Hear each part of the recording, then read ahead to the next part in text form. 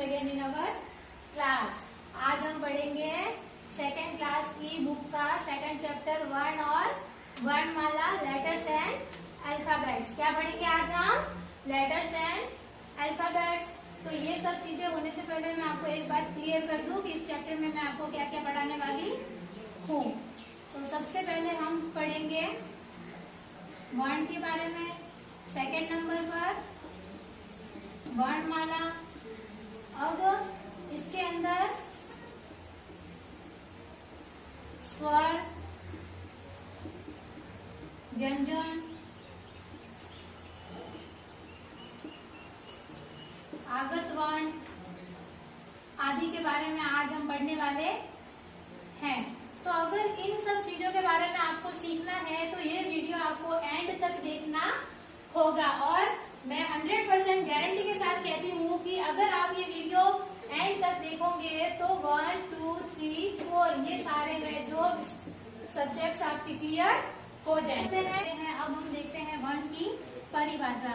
जब हम बोलते हैं तो हमारे मुख से ध्वनियां निकलती हैं, ये ध्वनियां ही वर्ण कहलाती है, या इन ध्वनियों को ही हम वर्ण कहते हैं। तो जब हम बोलते हैं हमारे मुंह से जो ध्वनि निकलती, जैसे अब मैं बोल रही हूँ और आप सुन रहे हो तो मेरे मुंह से आवाज निकल रही है, वॉइस निकल रही है, तो उसी चीज को जो है हम वर्ण कहते हैं। अब हम एक एग्जांपल लेते हैं, उदाहरण के तौर पे देखो मोर। क्या ले रहे हैं हम? एक उदाहरण लेते हैं, देखो मोर। तो देखो मोर ये भी है जो अलग अलग टाइप से बना हुआ है। तो वर्ण कैसे बना हुआ है इसको हम सीखते हैं। अब ये वर्ड लिखा हुआ है देखो, तो इसमें द प्लस ए प्लस ख प्लस ओ, म प्लस ओ प्लस र प्लस अ। तो अब ये तो सही है, पर ये कहाँ से आ गया? इसको हम सीखने के लिए थोड़ा इसको और डिटेल में पढ़ेंगे। तो ये कैसे बना, इसको सीखने के लिए हमें ये चीज सीखनी पड़ेगी। तो वर्ण के दो प्रकार होते हैं। कितने प्रकार होते हैं? दो प्रकार। पहला प्रकार है स्वर, दूसरा है व्यंजन। कौन कौन से? अगर कोई पूछ ले कि वर्ण के कितने प्रकार होते हैं तो दो, स्वर और व्यंजन। तो स्वर और व्यंजन वर्ण के दो प्रकार होते हैं। और वर्ण है वो भाषा की सबसे छोटी इकाई है। वर्ण क्या है? भाषा की सबसे छोटी इकाई। अब अगर क्वेश्चन आ जाता है कि भाषा की सबसे छोटी इकाई क्या है, तो वर्ण और वर्ण के कितने प्रकार होते हैं? दो, स्वर और व्यंजन। तो अब हम पढ़ते हैं स्वर। अ, आ, ई, उ, ऋषि, ए, आई, ओ, औ। तो अब इसको गिनो। 1, 2, 3, 4, 5, 6, 7, 8, 9, 10, 11। कितने हो गए? 11। तो स्वर कितने होते हैं? 11। अब हम पढ़ते हैं व्यंजन। तो व्यंजन में भी अलग अलग प्रकार होते हैं, जैसे क वर्ग, च वर्ग, ट वर्ग, त वर्ग और प वर्ग। व्यंजन के अंदर कितने वर्ग होते हैं? 5। ठीक है। तो क वर्ग के अंदर आता है क, ख, ग, घ, न। च वर्ग के अंदर आता है च, छ, ज, झ, न। ट वर्ग के अंदर आता है ट, ठ, ड, ढ, न। त वर्ग के अंदर आता है त, थ, द, ध, न।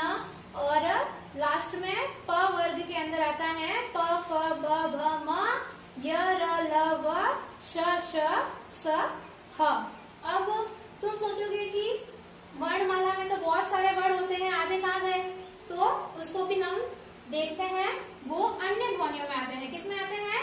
अन्य ध्वनियों में। इसके पीछे के जो अन और अह होते हैं वो अन्य ध्वनियों के अंदर आते हैं। अन और चंद्र बिंदु वाला अन और आह। ठीक है। अब इसके पीछे वाले वर्ड कहाँ गए? तो उसे हम संयुक्त व्यंजन बोलते हैं। क्या बोलते हैं? संयुक्त व्यंजन। फिर संयुक्त व्यंजन। तो संयुक्त व्यंजन कितने होते हैं? 4। कितने होते हैं? 4। अक्षय, त्र, ज्ञ और श। तो अक्षय है जो दो वर्ण से मिलकर बनता है। किससे बनता है? दो वर्ण से मिलकर। किससे बनता है? दो वर्ण से मिलकर।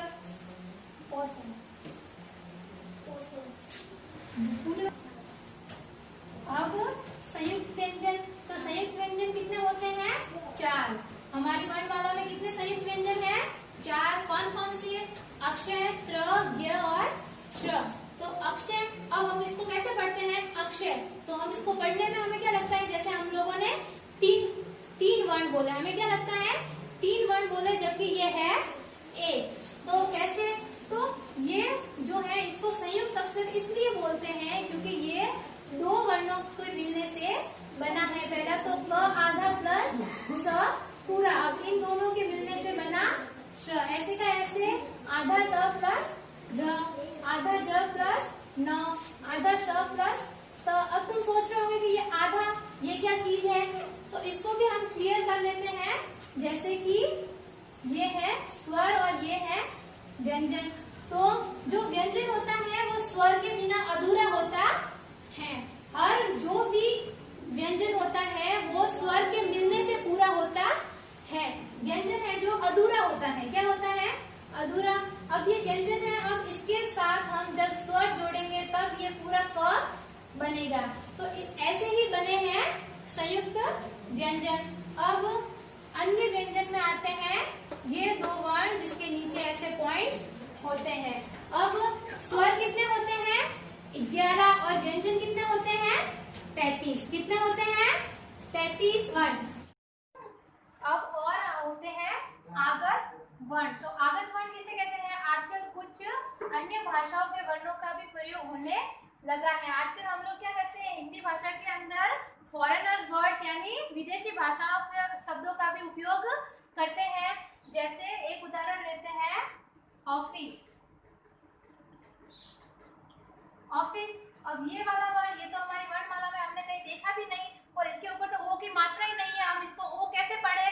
तो ये जो है इस वर्ड से बना है। किससे बना है, इस वर्ड से। हम लोगों ने डायरेक्ट ही इसको लिख दिया, इसका हिंदी ट्रांसलेशन नहीं किया, जबकि हम इसका प्रॉपर हिंदी ट्रांसलेशन करेंगे तो इसका मतलब होता है कार्यालय।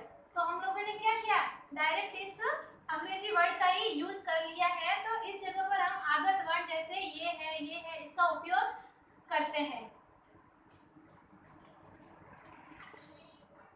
एंड अब अगर आपको ये वीडियो पसंद आई है तो हमारे चैनल को जरूर सब्सक्राइब करें, and like share and comment below. Comment करना मत भूलना।